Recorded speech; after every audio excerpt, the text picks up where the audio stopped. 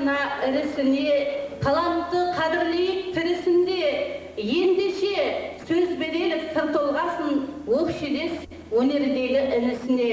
Осы топырақтың түлегі, Қазақстан білім беру ісінің үздігі, республикалық шешендер сайысының бірнеше дүркін жүлдегері, публицист, Қазақстан журналистер одағының мүшесі, ақын ұстаз, аудандық мәслихат депутаты Тілеш Сатпайға сөз беріледі.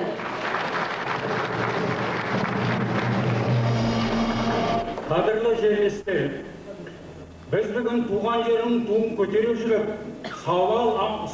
саумал ауасынан самал дәмін үзбеген, ауыл қарасын қарашығындай көретін қадірменді ағамыз Жасқалап Қуанғалиевтің 70 жасына жиналып отырмыз.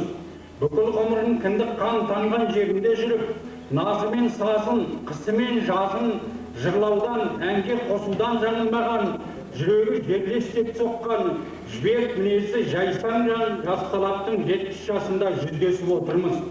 Қуанғалиев Жасқалап 1939 жылы тамыздың 17-ші жұлдызында сол кездегі Тайпақ ауылына қарасты Сайғыдық ауылында дүниеге келген. Ол мектеп табалдырығын Калмыков орта мектебінде бастап, Талап орта мектебінен 1958 жылы орта білім алып шықты. Ұлы сазгер Ахмет Жұбановтың әсерімен өз бойындағы ұшқынды тұтатып, саз жазу сауатын ұштады. Мектеп көркем өнерпаздар үйірмесінде жүріп, өз бойындағы қабілеттің қанатын талдай түсті. 1961 жылдан бастап ауыл мәдениет үйінің төңіректеп орта мектепте сабақ берді. 1974-77 жылдары аралығында Ақтөбе мәдени ағарту училищесінің клуб қызметкері және домбыра оркестрі жетекші мамандығын алды. Кезінде осы өлкеде Толқиды бидай атты өнер ұжымы осы Жасқалаптың жетекшілігімен құрылған болатын. 18 жасында Мәскеуге барып, 4-ші бүкілодақтық жастар фестиваліне қатысып, өнерге сол кездің өзінде мойын бұра бастап еді. Әр кезде қалқан мадақтаулары мен мадақтамалары санын санап болмас. Ең бастысы 40-тың үстінде ән жазып, елге танылуы, қарапайым азамат атағын әйгілеп тұрғандай. Мен осы сөзімді Жәкеңнің жан тілектестері Базарғали Қуатов, Сайын Құбашев, қарындасы Ақмаржан Таубаеваның ақ ниеттеріне қосылған соң айтып тұрмын. Бұл Жасқалапты жалғыз жалаулатып тұрмағандығымның айғағы. Адам ретінде адамның асыл қасиеттерін бағалауды борыш деп санауымның куәсі. Өнерге өлшем тұрғысынан қарай отырып, кейінгі ұрпақты өнегелі өмірге иландыруымның нанымды жолы. Сазгер ағамыз туралы әлемдік деңгейде ештеңе жазылмады деп өкпайтуға болмайды. Әркімнің өз тұғыры шығар биігі бар. Сол биіктен көріне білген жанның бәрі дарынды, бәрі дара. Тәйірі Жасқалап кімелді деп ешкім айтылмас, айтуға да дәті бармайды да. Себебі Жәкең осылай аталып өтуге тиісті емес, атақталып өтуге тиісті жан. Сондай-ақ осы жиын оның өзіне емес, өзгемізге керек. Ұлықтауға емес, ұрпақ үшін қажет.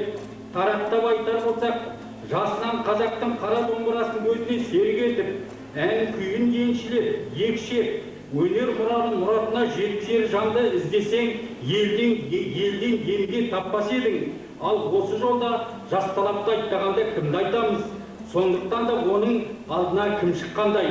Ғажап, мектеп партасында жүргенімізде ең соңғы сабақ болатын ән сабағынан ешкім қашпайтын. Домбыра баянын арқаланып келетін мұғалімімізді күтетінбіз. Қағез, жағына пышақ жонғандай Жасқалаптан жасқанғандықтан емес, өнерден жасқанғандықтан сөйтетінбіз. Ал сол өнердің құрметтеуді, сәйгүлік жүрегіміздің жүзін нұрландырған, өнерді сүюдің саналы жолын санамызға сіңірген осы ағамыз еді. Халықтың, шәмшінің, әсеттің, ескендірдің әуезді әндерімен аузымызды ауыздырғанда осы Жасқалап. Құрманғазының, Динаның, Тәттімбеттің тәтті күйлерін тәңірімізге енгізіп, таңдайымызға салғанда осы Жасқалап. Жасты да, жасынысты да айналсақтап жүретін әндер бар. Қол үзе алмайсың, қол үстеңде қолқаңда тұратын қимас қонған ауылдай анда-санда әңкі-тәңкін шығаратын жүрек жүйкеңді, серке сезіміңді сілкінтетін махаббат туралы ән жазу жас талаптың кәнігі кәсіп емес. Десе де қиялында қанат қақтыратын, көкірегінен көктем көгішін ұшыратын бір нәзік өлкемізге жәкең қайта-қайта атпасын тірей береді. Неге? Сүйіп күйеудің әліппесі әлде келе жатқан үлкен әңгіме, оның шешімін шығарып нүктесі әлі қойылған жоқ. Бұл жөнінде ақындардың да арқаланған азабы аз емес. Соның бірі Ақштап Бақтыгереева. Ерекше шырқалған ән бүгін, түсініп жүрсің бе барлығын, абайла адасып қалма сен, мүмкін мен шығармын тағдырым дейді. Десе дегендей-ақ, айтса айтқандай ау, тағдырын талайдан іздемей, таңдағаннан іздеу, санасызға емес саналыға, сезім құдіретіне жүгінгенге бұйырар ба? Демек, ақын құдіреті, кейін сазгер құдіретіне ұласып, әдемі әсерлі сөз айдай әлемге ән болып тарады. Мектеп оқушыларына махаббат туралы ән айтуға рұқсат берілмесе де, осы әнді талай айтқанбыз, тамсана тыңдағанбыз. Оны мұғалімдер естіп жүрсе де үндемейтін, бізге сый көрсетпесе де ән құдіретінен ығысатын. Сөйтіп жақсы ән, жан дүниеңді қозғар әдемі шумақтардан соң туатынын мойындайсың. Өнер бір ауыз сөзбен өлшеуге келмейтін, кесіп пішуге көнбейтін кең байтақ өлке. Біз үшін оның алдыда жарайды. Кез келген кісіге ауыздығын салғызып, байлауын шештіретін оңай олжа емес. Ал осы арғына қалан, күміс көмбе, жасталап ағамыздың балапан кезінен бағына байланған тұмары егіз сыңар болып келеді. Соның бірі туған жер тақырыбы. Ән құдіретіне туған жерге арналған ән жырлар аз емес. Осы бір жатса да тұрсам да есіңнен еш кетпейтін бөлек жатқан бір әлем ғой. Соның ішінде 90 жасы тойланар жуан елі жайсаң жандарға ұя болған, қанатын қатайтқан, қаламын ұштаған, сезім әлемін әлдилеген ерекше өлке. Осы өлкеге арнап ақындар өлең, сазгерлер ән шығарды. Тілге тиек етсек, туған жерін жырға қосқан Қадыр Мырзалиев, Боранғали Ырзабайұлы, Сағынтай Бейсенғалиев, Шарифолла Сәниев сынды ақын азаматтардың сөздеріне жазылған әндер сазгердің туған жерге деген ыстық ықыласы, терең тебіренісін айшықтайды. Өзгемізді тұнығы осымен тыныс алған, арқамызға топырағы мен жусанының табы қалған иісі сіңген туған жердің тылсым тіні мен мұндалап шақырғандай әсер билейді. Сөйтіп сезім шуағы көзіңнен жас боп тамады. Бойымызға сіңген нәрсе өмір бойы ойымызда жүреді. Бұл ана тақырыбы. Бала болсын, дана болсын, ананы ешкім айналып өте алмайды. Сөйтіп ана құдіреті аяғыңды басқан сайын алдыңнан шығады да тұрады. Жасталап ағаның анасын көре қалдық, қолынан дәм таттық. Мейірім мерейі төгіліп тұрған асыл жан еді. Осындай жандарға арнап жазылған асыл ана сөзі Нығмет Баймұхамбетовтікі. Ана мен әсем бәріде сөзі Нұргүл Алпысбайқызынікі.